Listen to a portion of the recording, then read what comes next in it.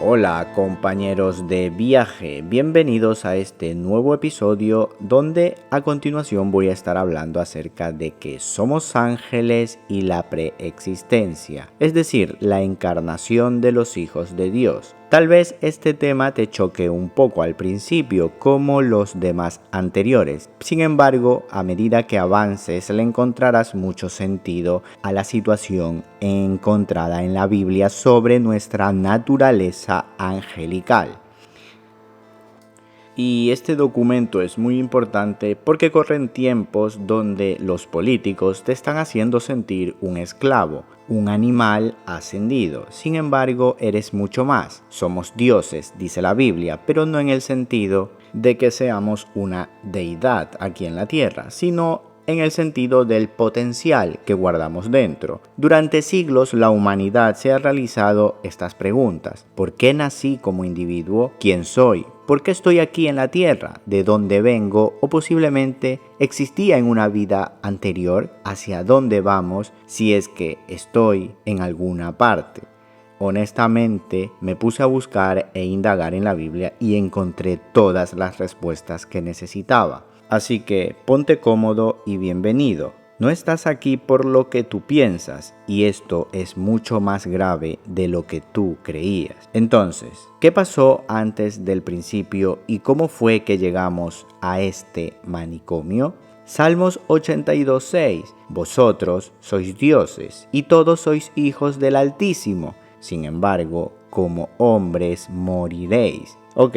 Si te quitan tu partida de nacimiento, tu número de identidad, tu nacionalidad, tu bandera, tu pasaporte, tu profesión, tu religión, dime, ¿qué te queda? Bien, eso mismo es lo que realmente eres. Si te quitamos todas esas cosas terrenales de identidad falsa que te ha dado el propio sistema, porque hasta el nombre que te pusieron tus padres es ficticio. Por eso, en la Biblia, Dios constantemente va sustituyendo el nombre de sus hijos, llamándolos con el que teníamos en nuestro original anterior estado. Lo que me llevó a realizar este estudio analítico de la Biblia de principio a fin para encontrar respuestas es que la palabra Armagedón significa reencuentro y que la palabra redención significa volver a comprar algo. Entonces, en esta situación de espacio temporal donde las palabras y los términos más importantes de la Biblia implican un pasado desconocido, o sea, una repetición de algo que ya existió, me hizo explotar la cabeza. Evidentemente no somos de este lugar, y cuando logras echar por tierra esta falsa identidad que el sistema te brinda, es cuando finalmente acabas encontrándote contigo mismo, con ese yo majestuoso e indómito cuya patria es el espíritu, que experimenta la existencia de un orden natural que es superior a cualquier ley o reglamento humano. Me pregunto si estás preparado para descubrir que realmente todo este mundo terrenal es solo una simulación, un campo de pruebas dual y en cuarentena, donde la regla fundamental es que tienes total libertad para decidir qué bando escoger. En el principio creó Dios los cielos, donde tuvo lugar una sedición de jerarquías entre sus primeros hijos. Entonces creó Dios también un sistema auxiliar llamado tierra, basado en la materia y la carne, que sirve como filtro a modo de prueba para evidenciar tu lado oscuro y cuyo objetivo es poner fin a la iniquidad. Antes del principio sucedieron muchas cosas. De hecho, cuando dice en Génesis 1, en el principio creó Dios los cielos y la tierra, se refiere a tiempo, espacio y materia. En el principio refiere a tiempo. Creó Dios los cielos, esto es el espacio, y dice que creó la tierra, y esto es la materia. Tiempo, espacio y materia. Pero antes de este principio hubo sucedieron muchas cosas y es la preexistencia de la que vamos a hablar hoy, porque antes del principio 1/3 de los ángeles blasfemó contra el Padre y hubo guerra en el cielo, otro tercio no tomó partida y 1/3 finalmente eligió defender el trono celestial. Y como es arriba, es abajo. Entonces creó Dios la tierra, un subsistema caído que es fiel reflejo de lo que allá arriba sucedió al principio. Por ejemplo, el patrón de Caín, Abel y Set nos lo demuestra. También el patrón se repite con Sem, 3 tipos de envases aquí en la tierra: Sem, Jafet y Cam, donde uno de los 3 hijos acaba rebelándose contra el trono de la luz, otro se mantiene al margen y otro defiende el linaje sagrado. Misma situación de patrón numérico obtenemos en la cruz en el monte Calvario, donde el Mesías y 2 sujetos más son crucificados. Uno es llevado al paraíso y otro continúa aquí en la tierra o en otro lugar, pero en rebeldía. Dice Hebreos 2:14, así que por cuanto los hijos participaron de carne y sangre, él también participó de lo mismo.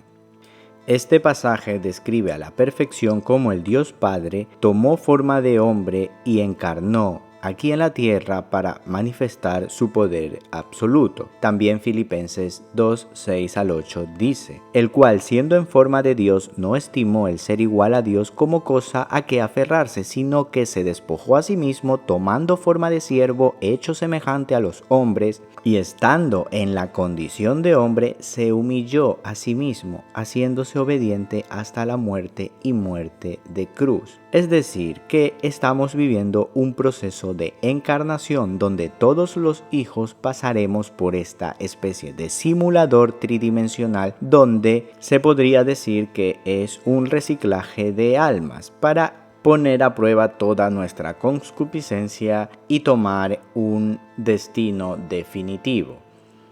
Ay de los moradores de la tierra, así describe un pasaje en Apocalipsis, porque toda la tropa de ángeles rebeldes encarnaron a cuerpos terrenales como un último llamado al arrepentimiento antes del gran juicio, y el resto de avatares humanos, tú, yo y nosotros, hemos aterrizado hasta aquí perdiendo nuestro primer estado de hijos de Dios para ser probados en la carne, mientras compartimos espacio y tiempo con los rebeldes, con la facción que se rebeló en los cielos, hasta verificar nuestro total y absoluta fidelidad para con el Padre. De hecho, el gran mandamiento es este mismo, la fidelidad y el amor, pues es lo único que verdaderamente importa en esta cárcel material. Somos hijos de Dios encarnados, pasando el examen hasta resucitar a nuestro primer anterior estado y volver al principio de regreso a casa. Este plano físico solo es una breve muerte del espíritu y solo es un corto viaje que inicia en el vientre y acaba en la tumba, en donde con cada crimen y cada gesto amable labramos nuestro camino. Somos simplemente avatares envueltos en carne cruda. En otras palabras, y utilizando analogías modernas, podríamos decir también que el cuerpo es el hardware, el alma es el software y el espíritu ese wifi que te conecta a la fuente esencial. Pero cuidado, el enemigo es un hacker muy astuto que te atrapa en su matrix. Siguiendo este mismo hilo de comparación, lo que nos sucede a los humanos es similar a un juego de realidad virtual aumentada. Su avatar lleva los mismos rasgos y actuará en voluntad de la elección que se tome desde un joystick. Pero ese avatar no es técnicamente usted, igual que tampoco eres técnicamente un ángel, pero sí lo eres en esencia o código. Y en Romanos 9:21 podemos comprender lo de los vasos de barro que el alfarero ha diseñado. Porque, como te dije, Can, Sem, Jafet, Caín, Abel y Set, y el Mesías con los 2 ladrones, uno que se arrepintió y otro que continuó en rebeldía. Este patrón, esta forma de envases de avatares aquí en la tierra, lo dice Romanos 9:21. Dice así: ¿o no tiene potestad el alfarero sobre el barro para hacer de la misma masa un vaso para honra y otro para deshonra? ¿Y qué si Dios, queriendo mostrar su ira y hacer notorio su poder, soportó con mucha paciencia los vasos de ira preparados para la destrucción?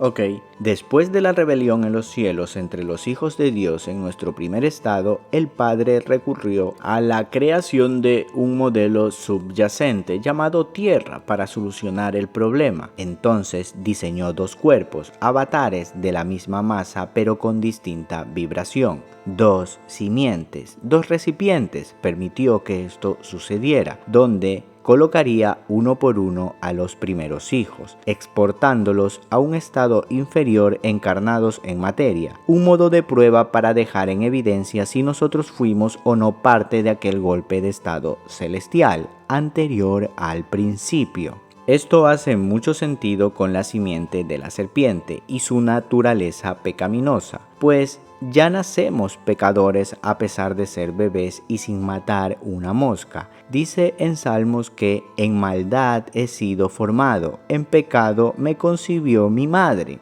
¿Cómo un bebé puro recién nacido puede ser pecador? Todo esto se trata de que fuimos cómplices pasivos de aquella batalla celestial o algo más que no logramos recordar. Dice Apocalipsis 12, 7 al 11. Entonces hubo guerra en el cielo. Miguel y sus ángeles combatieron contra el dragón, y el dragón y sus ángeles lucharon, pero no pudieron vencer, ni se halló ya lugar para ellos en el cielo. Y fue arrojado el gran dragón, la serpiente antigua, que se llama Diablo y Satanás, el cual engaña al mundo entero. Fue arrojado a la tierra y sus ángeles fueron arrojados con él. Para hacer esto posible, al entrar ellos, o sea, nosotros, a esta dimensión tierra, fue necesario ejecutar un breve reset de la memoria que en libros agnósticos y apócrifos se denomina copa del olvido y bíblicamente se llama o se le denomina vino de aturdimiento. Estamos hablando básicamente de un borrado de memoria. Por esto es que Dios le pregunta a Job, ¿dónde estabas tú cuando yo fundaba la tierra? Y se refiere a una pregunta retórica que se responde sola.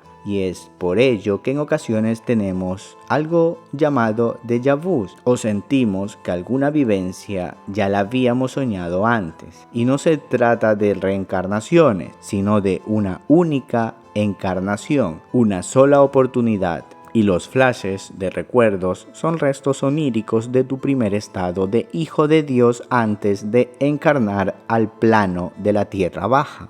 Fíjate aquí qué sentido tendría preguntarle a Job ¿dónde estabas tú cuando yo fundaba la tierra? ¿Cómo le preguntas a alguien de un evento en el cual se supone que este no existía? Pero he ahí el misterio, todo va a ser revelado. Sobre la copa del olvido existen en los manuscritos del Nag Hammadi un texto muy interesante que dice así: le dan al alma antigua una copa del olvido hecha con el germen de la maldad y llena de toda clase de deseos y olvidos. Inmediatamente cuando esa alma haya bebido de la copa, se olvida de todas las regiones que ha visitado. Y en la Biblia, en Salmos 63, dice: nos hiciste beber vino de aturdimiento. Y en Job 8:9 dice: porque nosotros somos de ayer y nada sabemos, pues nuestros días sobre la tierra son como una sombra.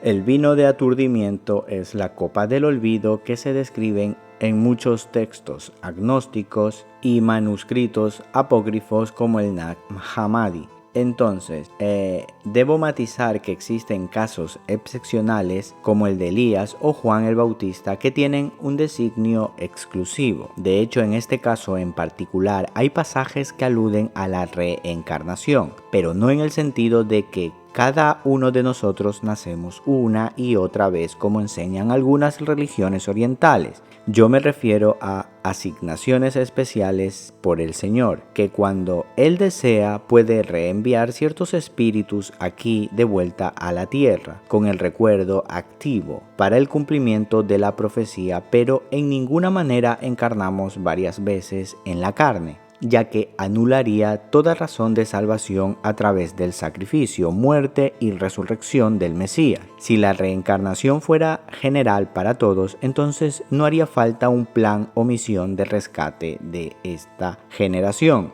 En el caso de Elías con Juan el Bautista o los dos testigos que aparecerán en el Apocalipsis, se refiere a un espíritu, una esencia que encarnará en un cuerpo terrenal, pero con un plan específico, con una esencia celestial.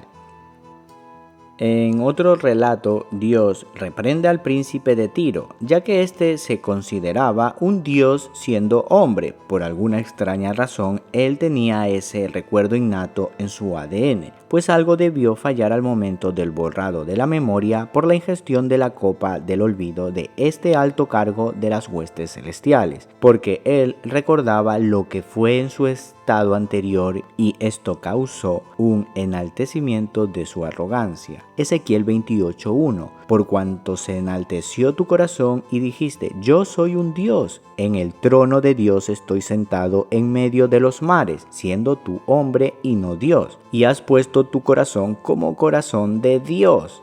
Además, en el mismo pasaje a continuación, Dios le confirma que él ya existía en forma de querubín en otro tiempo. Le dice, en Edén, en el huerto de Dios estuviste. Tú, querubín grande, protector, yo te puse en el santo monte de Dios. Allí estuviste, en medio de las piedras de fuego te paseabas. Es decir, aquí tienes un ejemplo muy claro de preexistencia, de una naturaleza angélica antes de llegar aquí a la tierra. Le estaba hablando Dios a un hombre, al príncipe de Tiro. Sin embargo, también le estaba hablando al querubín protector del Edén, así lo denomina. Muy interesante aquí la preexistencia.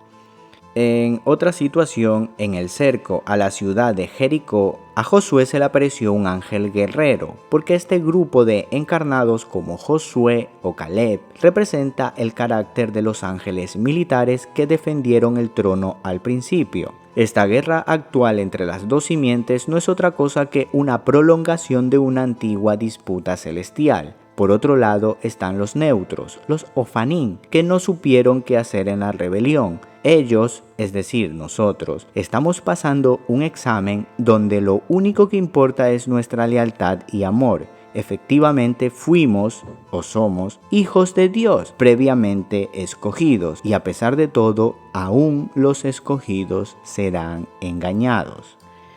Existe un pasaje que demuestra sin ningún lugar a dudas la preexistencia. Efesios 1:4, según nos escogió en Él antes de la fundación del mundo. Es decir, que antes del principio sucedieron muchas cosas que no nos es permitido recordar, porque si no, el juego de esta matrix tridimensional finalizaría y el objetivo, el cual es que nosotros experimentemos en la carne una nueva oportunidad. Y es que Satanás nos acusó a todos de rebeldes, de ser compinches de su plan. Por eso mismo estás aquí náufrago en extrañas aguas, pasajero, reo y mensajero de la verdad a la misma vez. Apocalipsis 12:10. Porque el acusador de nuestros hermanos ha sido derribado, el cual los acusaba delante de nuestro Dios día y noche. Cuando Dios llama a Abraham, le dice que cuente las estrellas del cielo y que así de numerosa será la descendencia de su simiente.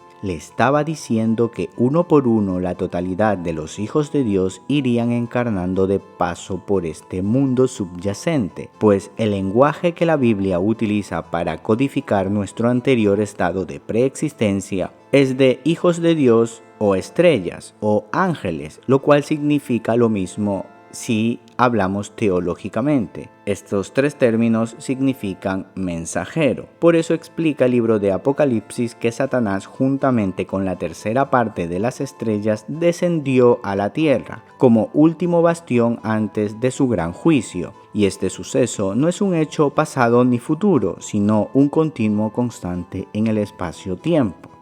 Apocalipsis 12:14, 12:4. Su cola arrastró la tercera parte de las estrellas del cielo y los arrojó sobre la tierra. Este es el patrón de los 3/3. En Génesis 15:5 dice, entonces lo llevó fuera y le dijo, mira ahora los cielos y cuenta las estrellas, si es que las puedes contar. Y añadió, así será tu descendencia. En el original hebreo el término estrella significa también príncipe. Por eso en la Biblia cuando se refiere a estrellas está diciendo ángeles, nunca refiere sobre un astro específico o está diciendo ni hablando sobre planetas de acuerdo a la actual concepción del sistema solar, porque bíblicamente hablando estrella significa príncipe, hijos de Dios significa ángeles y ángeles significa mensajero, todo está interconectado. Apocalipsis 6:13, y las estrellas del cielo cayeron sobre la tierra, como la higuera deja caer sus higos cuando es sacudida por un fuerte viento. Bien, en realidad estos pasajes donde literalmente dice que caerán estrellas tiene que ver con el atrapamiento en la carne de los hijos de Dios, ya que caímos a un estado inferior. Cuando sucedió la rebelión en el cielo, fuimos enviados a la tierra para sobrepasar un examen a modo de juicio en un mundo prisión. Y no tiene sentido ninguno insistir con que una estrella, es decir, un planeta o una roca gigante, golpeará la Tierra próximamente, ya que de acuerdo al propio modelo o concepción cosmológica actual heliocéntrica, esta situación, este pasaje sería algo imposible. Así pues que cuando dice en la Biblia que estrellas caerán del cielo se refiere a encarnación de ángeles aquí en la tierra. Isaías 34:4, y todo el ejército del cielo se disolverá, y se enrollarán los cielos como un pergamino, y caerá todo su ejército, como se cae la hoja de la parra, y como se cae el higo de la higuera. Pero espera un momento, vamos a interpretar este pasaje de acuerdo a lo que Carl Sagan o Stephen Hawking definen como estrella. El universo se comprimirá en nuestra dirección, es lo que está diciendo Isaías aquí en 34:4. Siendo honestos, vamos a comprender que aquí alguien se está equivocando, o bien Isaías o bien Carl Sagan, tú decides, ya que la ciencia oficial heliocéntrica no es compatible con los textos bíblicos. Es decir, que debemos tomar una postura de inmediato. ¿Cuál de los dos miente? ¿La Biblia, Isaías, Carl Sagan? No lo sé. Tú eres libre de elegir. Pero mientras decides, yo voy a continuar con mi explicación sobre el libro más maravilloso jamás escrito. En Isaías 34:4 se hace referencia a la higuera como ejemplo de la encarnación de los hijos de Dios, y el Mesías maldijo una higuera, así como esta planta fue utilizada también por Adán y Eva para protegerse de su desnudez. Es un simbolismo que representa la encarnación, la cubierta de túnicas de pieles, la encarnación de la luz interior de nuestro ser celestial. Mateo 21:19. Y viendo una higuera cerca del camino, vino a ella, y no halló nada en ella, sino hojas solamente, y le dijo: nunca jamás nazca de ti fruto. Y luego se secó la higuera. Y esto es referencia a la maldición de la tierra donde cardos y espinos crecerán. También la maldición de Canaán: maldita será la tierra por tu causa. Pero a pesar de que la higuera está bajo maldición, muy pronto saldrá de este castigo y será redimida, donde brotarán hojas nuevamente de ella. Esta es una parábola muy interesante a analizar para entender el capítulo de Mateo 24 sobre el fin de los tiempos, porque de repente vemos que la higuera malvada intenta florecer nuevamente. En el mismo Mateo 24 dice: y las estrellas caerán del cielo, y las potencias de los cielos serán conmovidas. De la higuera aprended la parábola: cuando ya su rama está tierna y brotan las hojas, sabéis que el verano está cerca. La Biblia, amigos, habla por sí sola, y está muy claro que las estrellas no son soles infinitamente inmensos a billones de años luz como hogares alternativos a la Tierra. Para usted entender Apocalipsis y Génesis cuando refiere a estrellas, tiene que entender lo que significa estrellas y no lo que la ciencia actualmente dice que es una estrella. Según la etimología, planeta significa estrella errante, y de acuerdo a la Biblia, las estrellas son ángeles. Por ende, eso que denominamos planetas, término que no aparece en la Biblia, son realmente ángeles errantes o caídos que se compincharon para un golpe de estado celestial. Luego fueron lanzados a la tierra, y por eso Caín es llamado el errante, porque de su estirpe encarnarían toda la tropa de ángeles fugitivos. La primera ciudad fundada por Caín es llamada la tierra de Nod, que en hebreo significa errante o fugitivo. En realidad, cuando reconocemos vivir en un planeta, estás aceptando ser ciudadano de la tierra de Nod y gobernado por ellos. Somos el producto y consecuencia de una antigua guerra que se nos ha vetado recordar. Un tercio de ángeles se rebeló, otro tercio defendió el trono, pero un último tercio se mantuvo neutral, eligiendo ser tibios a la hora de la verdad. Libros antiguos como el manuscrito de la abeja y otros apócrifos, además de la Biblia, detallan la preexistencia del ser. Y un ejemplo sencillo es el relato donde Yud-Hei-Bat-Hei, Yahweh, aborrece a Esaú cuando aún no había nacido. ¿Cómo se puede aborrecer a un bebé no nacido? Pues se trata de la encarnación de los hijos de Dios y seguramente Esaú fue una de las potestades que promovió la sedición en los cielos. A menos que uno conozca y entienda la preexistencia, le será imposible entender por qué el Señor aborreció a Esaú antes de nacer. A menos que uno entienda que vivimos vidas espirituales anteriores, podrá entonces solventar los enigmas existenciales de nuestra condición actual. No existen los accidentes, porque ya previamente todo el guión de tu vida fue redactado y firmado por un tribunal superior bajo tu absoluto consentimiento, con tu firma y sello. Y esta realidad o simulación sencillamente es la prueba de tu vida.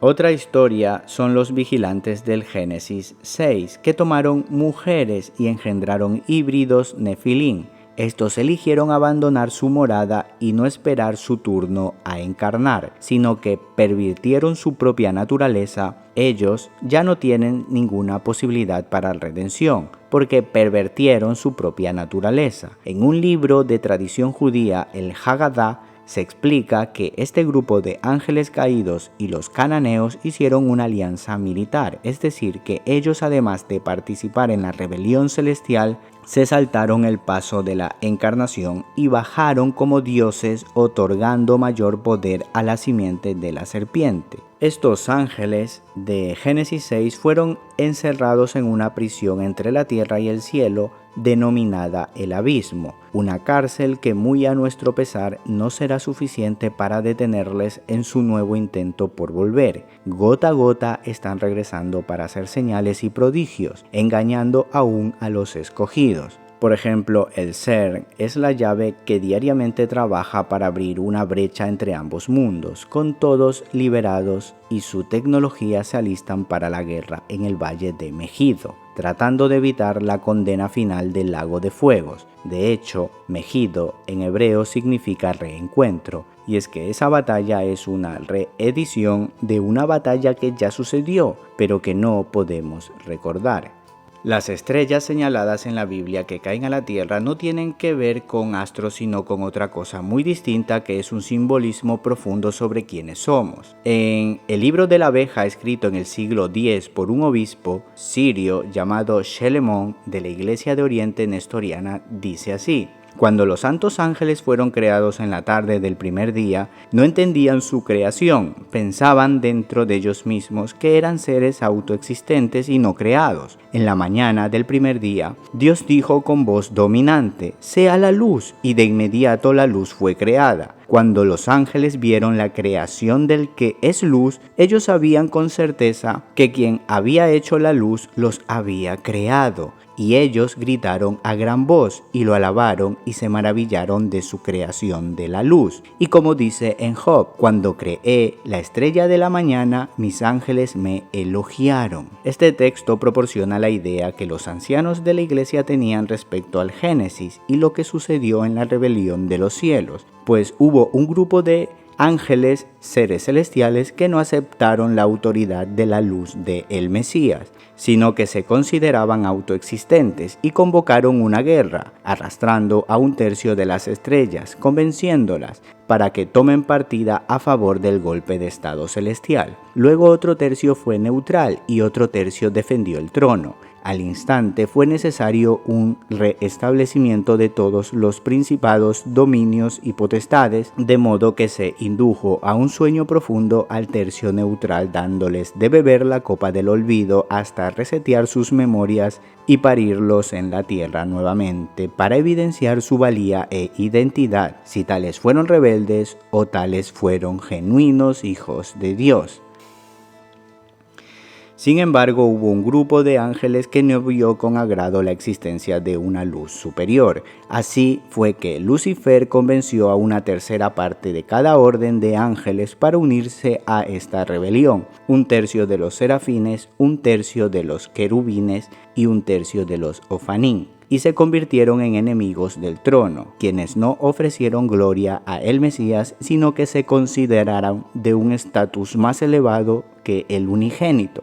Estos rebeldes provocaron una guerra, y fue entonces cuando separó Dios la luz de las tinieblas. Entonces, primero fue Caín, Abel y Set, luego Cam, Sem y Jafet. Este mismo patrón de un tercio se repite en el Gólgota, donde se crucificaron a 3 personas: el Mesías, el ladrón arrepentido y el ladrón soberbio. Y Apocalipsis nos enseña que solo hay 3 tipos de personas: los fríos, los calientes y los tibios. Igualmente, en la rebelión celestial, un tercio de ángeles causó un golpe de estado, otro tercio defendió el trono y el resto decidió ser neutral. Pues bien, la tierra es un campo de pruebas donde elegimos seguir en rebeldía o si somos inocentes. Es más, a lo largo de tu vida se te permite experimentar en carne propia estas 3 etapas. Desde que nacemos hasta los 11 años somos niños inocentes. Luego viene la pubertad y con ello brotan raíces rebeldes en nosotros hasta los 22 años. Pero es hasta los 33 cuando podemos madurar y evaluar quiénes somos y qué camino tomar. Son 3 etapas: inocencia, rebelión y elección. Inclusive en el mundo animal encontramos este simbolismo, cuya alegoría es muy frecuentada en la Biblia para describir el mundo en el que vivimos. Me refiero a las ovejas, los lobos y el perro pastor. 3 tipos de identidades que tipifican el rol de los mortales aquí en la tierra. Francamente, estoy convencido que somos el resultado y consecuencia de una antigua y vieja discusión celestial. Y por último, en este pasaje del apóstol Judas tenemos 3 tipos de opciones, clasificados en 3 tipos de personas. Judas 1:22: algunos que dudan, convencedlos; a otros salvad, arrebatándolos del fuego; y de otros tened misericordia con temor, aborreciendo aún la ropa contaminada por su carne. Entonces, amigos, el primer paso es despertar y lo siguiente es recordar. Por eso, Armagedón, o sea, Megido, significa reencuentro, pues aquel día se librará la segunda parte de una antigua guerra celestial. Jeremías 1:5: antes que te formase en el vientre te conocí. Un fuerte abrazo y nos vemos en la próxima.